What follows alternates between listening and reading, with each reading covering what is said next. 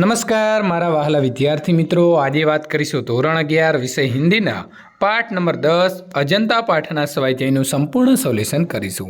ચેનલની અંદર પ્રથમ વખત આવ્યા છો તો મિત્રો ચેનલને સબસ્ક્રાઇબ જરૂરથી કરી વિડીયોને લાઇક કરવાનું ભૂલશો નહીં। पाठ नंबर 10 ना स्वाध्याय प्रश्न नंबर 1, दिए गए विकल्प में से सही विकल्प चुनकर प्रश्नों के उत्तर लिखिए। प्रश्न नंबर 1, हमारे देश में पहाड़ काटकर मंदिर बनाने की परपादी कितनी पुरानी है? जवाब आएगा ख 2,25,000 वर्ष। तो हमारे देश में पहाड़ काटकर मंदिर बनाने की परपाटी 2,25,000 वर्ष पुरानी है। प्रश्न नंबर 2, अजंता की गुफाएं किस पर्वतमाला में स्थित हैं? सह्याद्री। जवाब आएगा क। अजंता की गुफाएं सह्याद्री पर्वतमाला में स्थित हैं। प्रश्न नंबर 3, अजंता की गुफा के समीप कौन सी नदी है?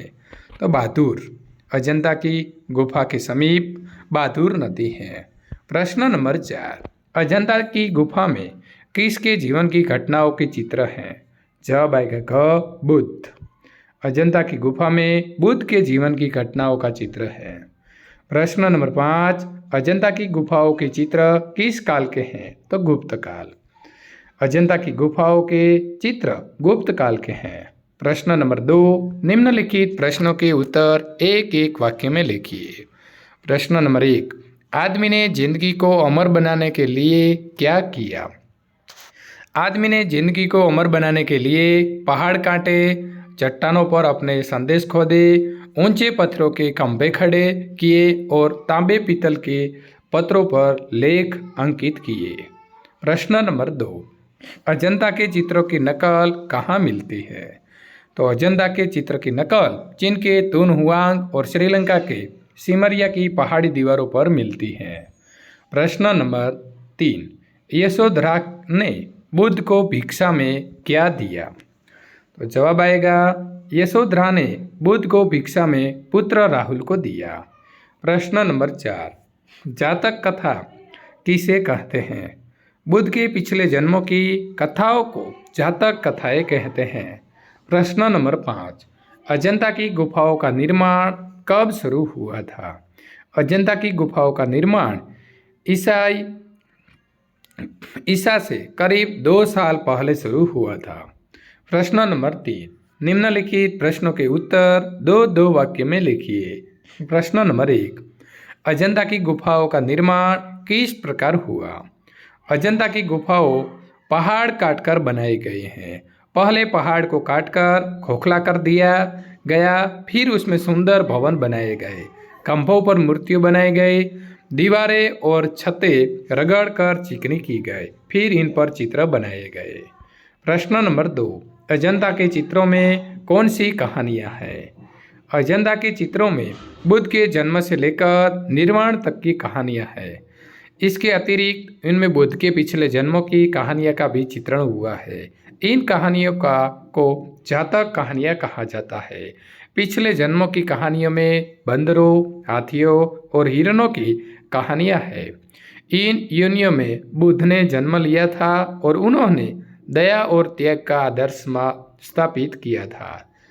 प्रश्न नंबर 3, महाविनिष्क्रमण चित्र में कौन सा दृश्य अंकित है? महाविनिष्क्रमण चित्र में बुद्ध के गृह त्याग का दृश्य अंकित है। बुद्ध की पत्नी यशोधरा और बेटा राहुल नींद में खोए हैं। गौतम अपने गृह त्याग के दृढ़ निश्चय पर अडिंग धड़कते हृदय को संभालते हैं। प्रश्न नंबर 4, अजंता की जातक चित्रकथा की क्या विशेषता है? अजंता की जातक चित्रकथा में बुद्ध के पिछले जन्मों की कथाएं चित्रित है। पिछले जन्मों में बुद्ध ने गज, कपि, मृग आदि के रूप में विविध योनियों में जन्म लिया था और संसार के कल्याण के लिए उनमें बुद्ध की दया और त्याग का वर्णन है। इन स्थितियों में पशुओं ने मानवोचित व्यवहार किया था।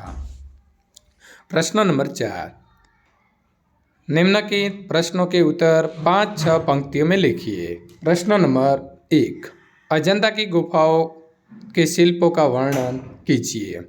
अजंता गांव के पास सह्याद्री पर्वतमाला का सिलसिला अर्धचंद्राकार हो गया है। लगभग 250 फीट ऊंचा ये भाग हमारे पुरखों को भा गया है। उन्होंने पहले उसे खोखला किया और फिर शिल्पियों ने उसमें सुंदर भवन बनाए। इन भवनों में एक से बढ़कर एक हॉल, बरामदे और मंदिरों की रचना की। खंभों पर सुंदर मूर्तियां उभारी गई। बाद में कलावंतों ने रंग और रेखाओं से उन्हें सजाया। इस प्रकार शिल्पकारों ने अपने अनोखे शिल्प से अजंता की गुफाओं में प्राण फूंक दिए गए हैं। प्रश्न नंबर 2, अजंता के चित्रों की विशेषताओं पर प्रकाश डालिए। उत्तर आएगा, अजंता के चित्र अपने आप में इतने जीवंत है कि उन्हें देखते हुए आंखें अटक जाती है। वे इन पर से हटने का नाम नहीं लेती। सभी चित्र बोलते से लगते हैं। चित्रों में पशुओं की मानवोचित व्यवहार करते देखकर दंग रह जाना पड़ता है। उन्हें दर्शाते समय चित्रकारों ने अपनी जानकारी का पूरी तरह उपयोग किया है। नगरों, गांवों, महलों और झोपड़ियों, समुद्र और पनघटों का संसार अजंता के पहाड़ी जंगल पर उतर पड़ा है।